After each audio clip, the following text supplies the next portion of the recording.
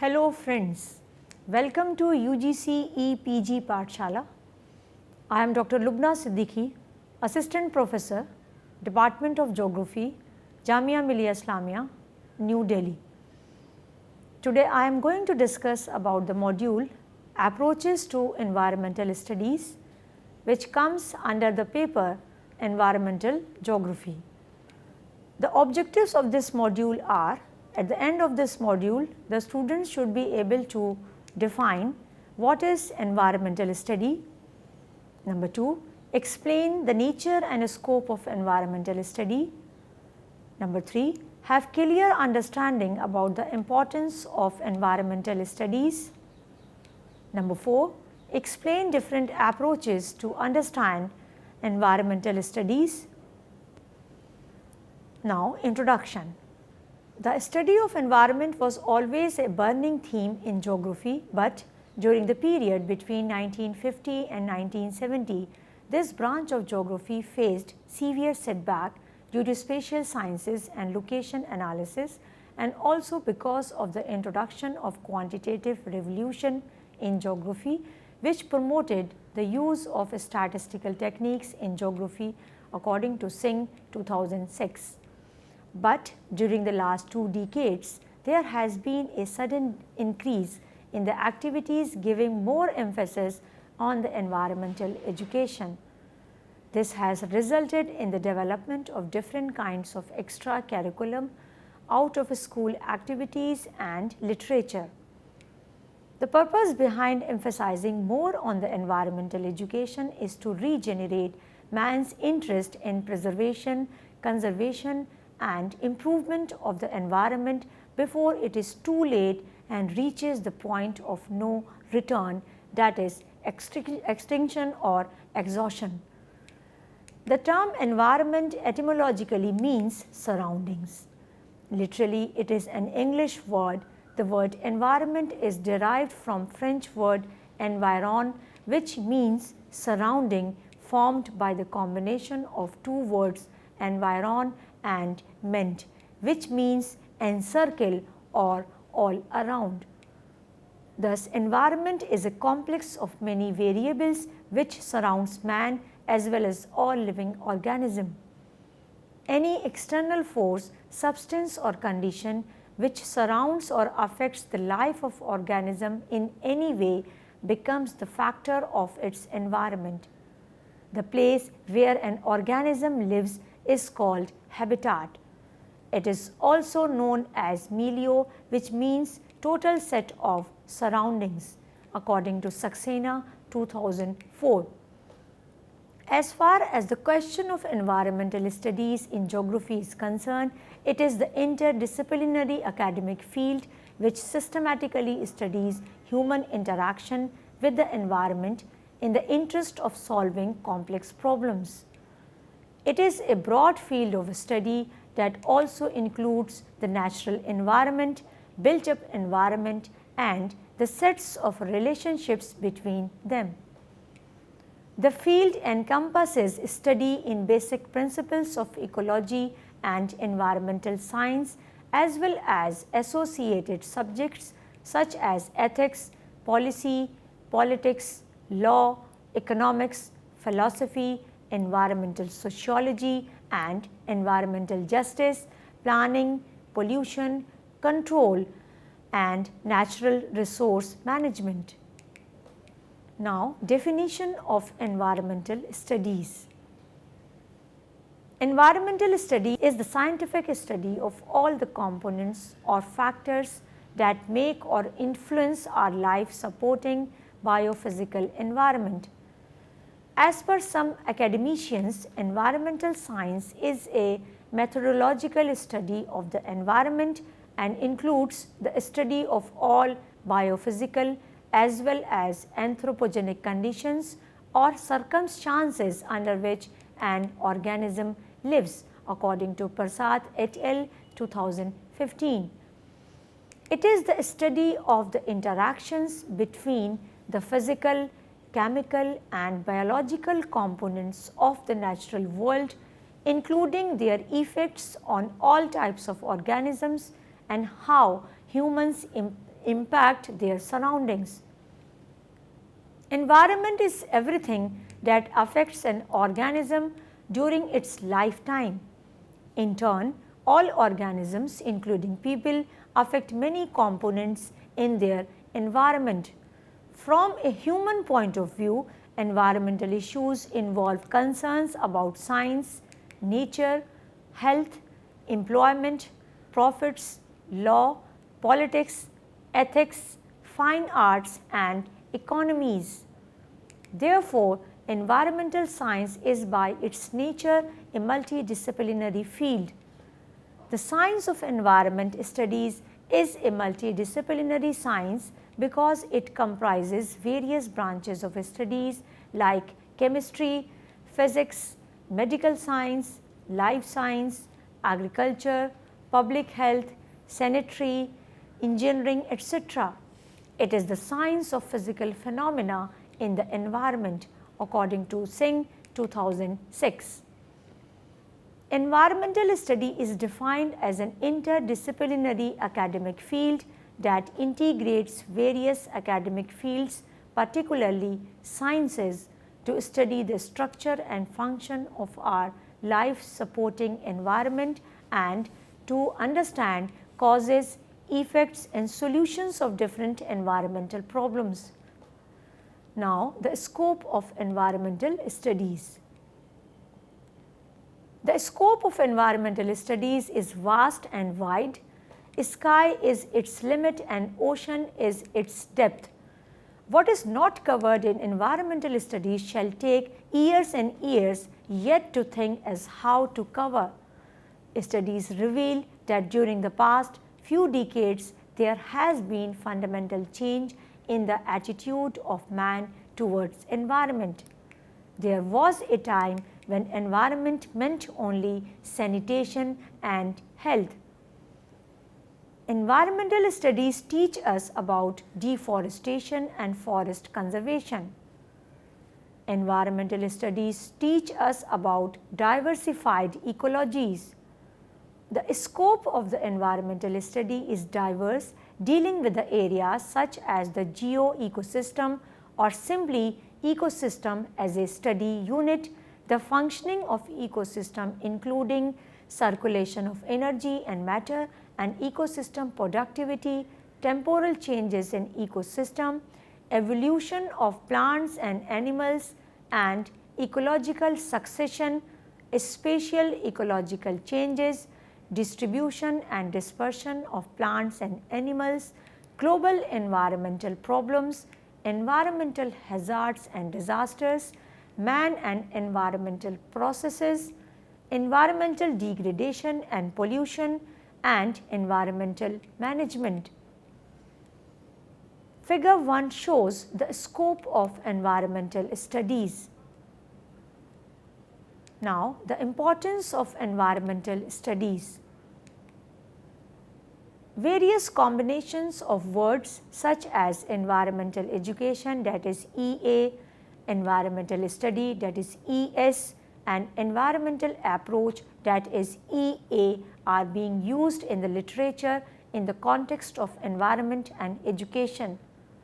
Although, according to semantics of the words, EE, ES and EA have different meanings in the strict sense of the terms, but one finds that these are being used many a time synonymously and interchangeably. The environmental studies enlighten us about the importance of protection and conservation of our indiscriminate release of pollution into the environment. At present, a great number of environmental issues have grown in size and complexity day by day, threatening the survival of mankind on earth. We study about these issues besides and effective suggestions in the environmental studies. Environmental studies have become significant because of its international importance due to the environmental issues like global warming, greenhouse effect, ozone hole, acid rain, marine pollution and loss of biodiversity. Environmental studies are also necessary because of the problems arising out due to development and its phenomenon like urbanization, industrial growth, construction of expressways, subways and highways. The subject bears immense importance as it aims at saving the integrity of the life-supporting environment of Earth, which is a unique planet that sustains life. Importance of this subject can be described in terms of the various objectives that it fulfills for saving the environment. Some of these objectives are that it guides us to know how our development and day-to-day activities affect the environment. The subject guides us how to create a pollution-free environment by adopting different methods of prevention and control, and it also guides us to create pollution-free environment. It guides us to utilize our natural resources but in a judicious and sustainable manner. It guides common public to live an eco-friendly lifestyle. Now, approaches to environmental studies. An approach is a way of getting closer. The study of relationships between man and environment has always been in one way or another a focal theme in environmental study. But the facets of man-environment relationship change through time with the development of human society and the dimension of environment. As the man became social, economic and technological, he broadened his environment by creating his own environment through his designs and skills to have provision for better food, shelter, access and comfort. The man-environment relationship thus can be perceived and evaluated in a variety of ways and approaches. Number 1, the environmental deterministic approach. Deterministic approach is one of the oldest approaches to study environment. According to this approach, physical environment controls the course of human action. In other words, the belief that variation in human behavior around the world can be explained by the differences in the natural environment is the crux of this man-environment relationship philosophy. The deterministic school of thought is of the opinion that the history, culture, living style and the stages of development of a social group or nation are largely governed and controlled by physical factors of the environment. This philosophy says that aspects of physical geography, particularly climate, influence the psychological mindset of individuals, which in turn define the behavior and culture of the society that those individuals formed. For example, tropical climates were said to cause laziness, relaxed attitudes and promiscuity, while the frequent variability in the weather of the middle latitudes led to more determined and driven work ethics. This philosophy supports the idea that the highest achievement of civilizations like Egyptians, Mesopotamians, Indus Valley disappeared because of the climatic change. It is also believed that the attack of Central Asian nomads on other civilization is because of change in climate, because it was climate change which resulted into the drying up of their pastures, which forced them move in different direction during 13th century. Though this deterministic or environmentalistic approach blossomed in the writings of E.C. Semple 1910 in the second decade of the 20th century, but its seeds were already sown in the second half of the 19th century. In fact, the publication of The Origin of Species of Charles Darwin in 1859 laid the foundation stone of the concept of environmental influences on man and other organisms, and even before that the seeds of determinism was found in the works of Aristotle, Strabo, Al-Masudi, Ibn Khaldun, Karl Ritter, Alexander von Humboldt, Ellsworth Huntington, and Patrick Geertz. There is no doubt that environment influences man and man in turn influences his environment. This interaction between man and his environment is so intricate that it becomes almost impossible to find out that when one's effect ceases and the other's effect begins.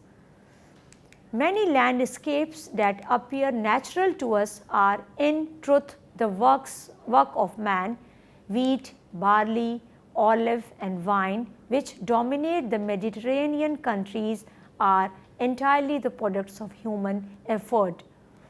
Apple and almond orchards of Indian states, for example, Kashmir, Himachal Pradesh and Kumaon division of Uttarakhand, are the creations of man. Many geographers in the United States, Britain, Canada and other countries drew attention to the one-sided approach adopted by the environmentalists in their interpretation of historical reality, to their exaggeration of nature's active role, and to the fact that they only acknowledge man as capable of passive attempts at adaptation. Actions of man reveal many facts for which environmental forces alone can give no satisfactory explanation. Spade criticized the fanatic approach of environmental deterministic. He, for example, states that environment taken by it is a meaningless phase. Without man, environment does not exist. Equally important is his indication of the need to consider the psychophysiological influence of the geographical environment via the social structure. In the final analysis, Spade concluded that geographical environment is only one of the factors of territorial differentiation, and it acts through society, cultural tradition, has a certain autonomous influence. The environmentalist movement started in the 1960s has, however, shown quite distinctly that there is an overall limit to certain kinds of human economic activity in terms of biophysical persistence and resilience of the planet's system. In belief at the very largest scale we can be determinist, whereas at the more local scales we can see the virtue of possibilism or cultural and social determinism. Second is teleological approach.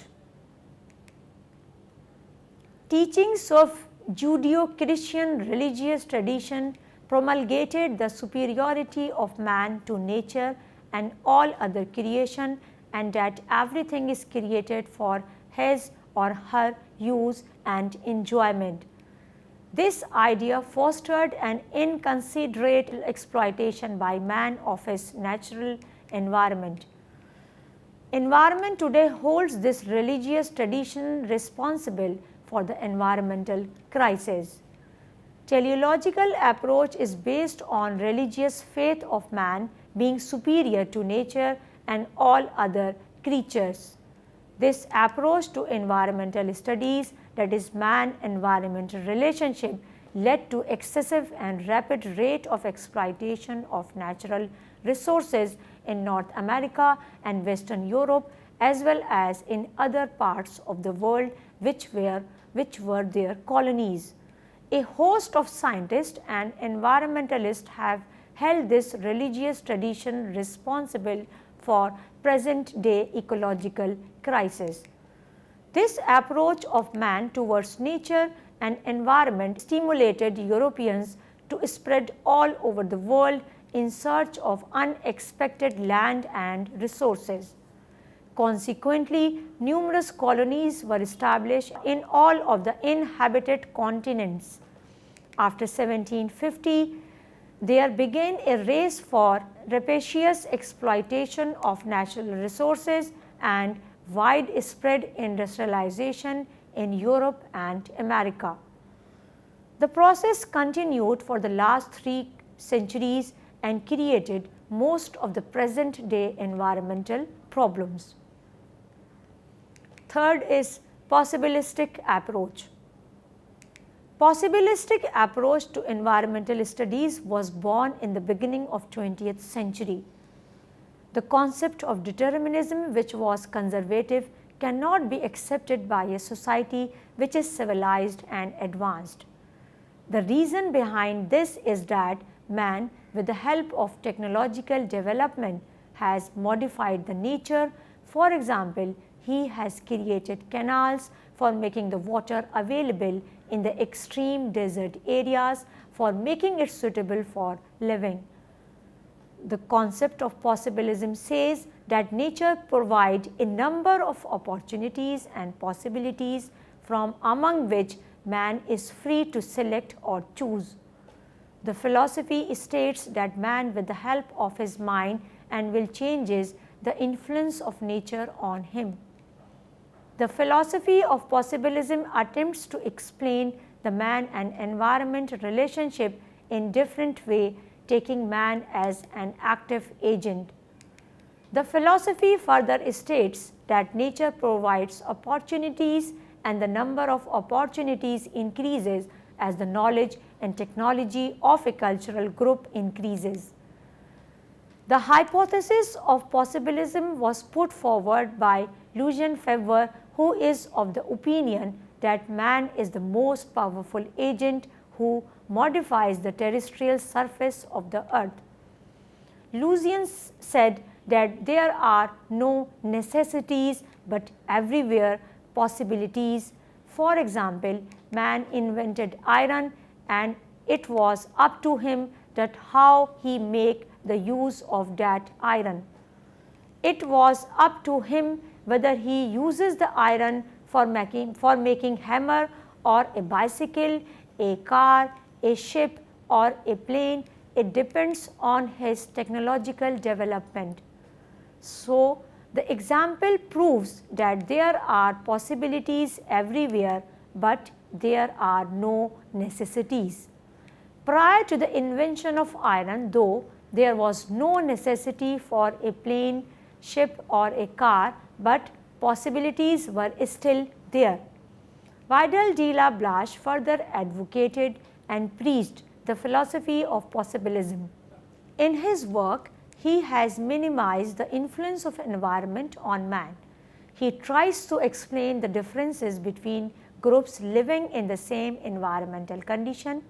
He said that the differences are not because of the natural environmental condition, but due to the variation in the attitude, values and habits of man. The possibilistic school of thought tries to explain the differences in human society on the basis of man himself, bringing the changes and influencing the environment, and it is not only the nature solely responsible for bringing the changes or differences in human society. After Vidal de la Blache, it was Jean Bruns who became a strong supporter of possibilism in France. Saur, another supporter of possibilism, said that it is the work of a geographer that he should investigate and understand that how a natural landscape transforms into a cultural landscape. From such work, the geographer will be able to identify the major changes in that particular area that has resulted because of succession of human groups. For example, wheat does not have high yield where it was first domesticated, that is Southwest Asia, but in America, Europe and some of the Asian countries. Thus, after the Second World War, the philosophy of environmentalism was attacked. Many geographers in Britain, Canada and USA said that explanation of phenomena only on the basis of nature and its forces is incomplete and unsatisfactory until and unless man is included into it. Fourth is economic deterministic approach. This approach is based on the basic ideology of the man's mastery over environment and continued economic and industrial expansion through the application of modern technologies. Economy decides the fate of man's interaction with environment. This approach suggests an economic growth is essential for political, social and economic stability. The quality of environment normally assumes lower priority in planning. This approach based itself on two assumptions. Firstly, positive correlation between the population of a green region and the level of economic development. Secondly, the interaction of people, resources and society are governed by universal economic principles. Now, fifth is regional approach. What is defined is the region in contemporary terms, primarily as an object of study for political and economic issues within human geography.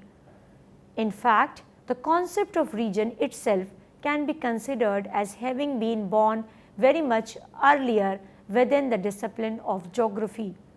Regional geography finds its origin in the 19th century, influenced by Darwin's work, that is Origin of Species, published in 1859, which broke the links between geography and natural theology and caused rejection of geographical work based on teleological approaches, laying the groundwork for new ways of conceptualizing the relationship between people and their environment and heightening interest in the region as a subject for geographical inquiry. Regional approaches, initially very much influenced by environmental determinism, slowly moved within geographical studies in other directions, allowing for the study of the interaction between people and the environment without seeing causal links between the two and offering human geographers a clear and well-defined object of study, having as key themes the concept of region and the interaction between peoples and environments, in this way radically changing the discipline. Sixth is ecological approach. Ecological approach of environmental studies is based on the basic concept of ecology. Ecology is a study of mutual interactions between organisms and physical environment on one hand and interactions among organisms in a given ecosystem. This approach suggests man as an individual part of the ecosystem and his action should be symbiotic and not exploitative nor suppressive. C.C. Park, the advocate of this approach, says the relationship between man and environment is two directional, as the environment affects and influences man. In turn, man also influences and modifies the environment. This relation is mutual and symbiotic. All these approaches into studying man-environment relationship have gained importance from time to time and from place to place. Hence, an historical analysis of the issue becomes important for the understanding of this project problematic. This school recognizes man being most skilled and intelligent as the leader of all biota of the earth. This approach further lays emphasis on wise and restrained use of natural resources, application of appropriate environmental management programmers, policies and strategies, keeping in view the ecological principles so that already depleted natural resources are replenished wherever possible, degraded environment is set right and ecological balance is maintained. Seventh is geographical approach. The geographical approach in environmental study refers to using geographic science supported by GIS as a framework for understanding our environment and applying geographic knowledge to to solve problems and guide human behavior. Geography is the science of our world, describing the physical and cultural patterns and processes of our planet. This science provides humans with awareness of what's going on, predictions of what may happen, and systematic information for planning and decision making. Geography helps us to better understand various spatial phenomena and their interrelationships. For example, the relationships between land use change, superficial hydrology, flooding, biodiversity, etc.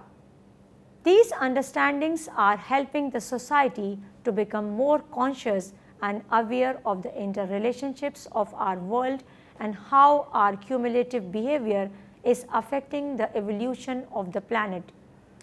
Today, GIS is extending the power of geography by providing digital tools that abstract and organize geospatial data, model geographic processes, and visualize these data and models with advanced computer techniques. GIS is helping us apply geographic knowledge to ledge a host of problems ranging from organizational influences to supporting location decisions that require examining many geographic factors. For example, when selecting the route for a new highway, GIS and the geographic approach can be used to consider the physical and human factors that should guide its layout and design. The environment, existing land use, terrain, and social impacts, as well as engineering constraints and cost. Considering all these factors can be overwhelming, particularly when trying to make complex trade-offs. This is where the use of GIS is particularly valuable. I hope you have understood the concept of approaches to environmental studies. See you next time. Thank you.